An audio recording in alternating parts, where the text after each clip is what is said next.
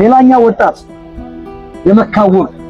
የመካው እንቁ ሰዎች በሙሉ በመካ ሲመለከቱት ብራንድ ልብሱን እያዩ እንደሱ መልበስ የሚመኙለት፣ ብራንድ ሽቶቹን እያዩ እንደሱ መቀባት የሚያምራቸው፣ በዚህ በኩል እኮ እሱ አልፏል የሚባልለት በሽታው ብቻ በለበሰው ልብስ ወጣቶቹ በሙሉ ተሰብስበው ሞዴል አርአያ የሚያደርጉት ፍጹም የሀብታም ልጅ እጅግ በጣም ያማረ ተክለሰውነትና ቁመና ያለው ውብ ወጣት የአላህ መልእክተኛ ሰለላሁ ዐለይሂ ወሰለም መካ ላይ እስልምናን ይዘው ሲመጡ እስልምናን ተቀበለ። እስልምናን ሲቀበል የሀብቱ ምንጭ የነበረችው እናቱ አይንህን ላፈር አለችው። በል ሙሐመድን ወይ እኔና ሀብት መረጥ አለችው። አይ እኔ ሙሐመድን ነው መርጣላ ሰለላሁ ዐለይሂ ወሰለም ሙሐመድን ሰለላሁ ዐለይሂ ወሰለም መረጠ። የአላህ መልእክተኛ ሰለላሁ ዐለይሂ ወሰለም እነዛ 12 ሰዎች ከመዲና ሲመጡ ከነሱ ጋር እስልምናን እንዲያስተምር አድርገው ላኩት። መዲና መጥቶ የመዲናን አለቆች የነገርኳችሁ ይሄንን ጦርነት አንተ ባህር ብትሻገር እንኳን አብረን እንሻገራለን ያለው ሰዓድ ኢብኑ ሙዓዝን አሰለመ። ወሁሰይን ኢብኑ ሁደይርን አሰለመ።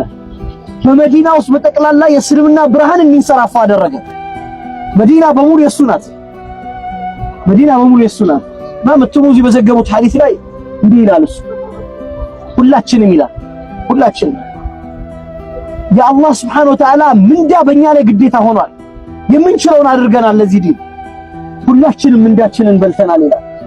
አንድ ሰው ሲቀር ይላል ሙስዓብ ኢብኑ ዑመይር ሲቀር ወማ አከለ ሚን አጅሪሂ ፊ ዱንያ ሸይአን ከዱንያ ከአጅሩ ምንም ነገር አልበላም ይላል።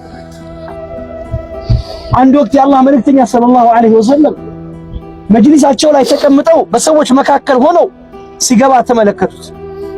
ያ የመካ ቆንጆ ያ ውብ ልጅ ሲገባ ሲመለከቱት ብዙ ቦታ የተቀደደና የተሰፋ ልብስ አድርጓል። ፈበካ ረሱሉላህ ሰለላሁ ዐለይሂ ወሰለም የአላህ መልእክተኛ አለቀሱ።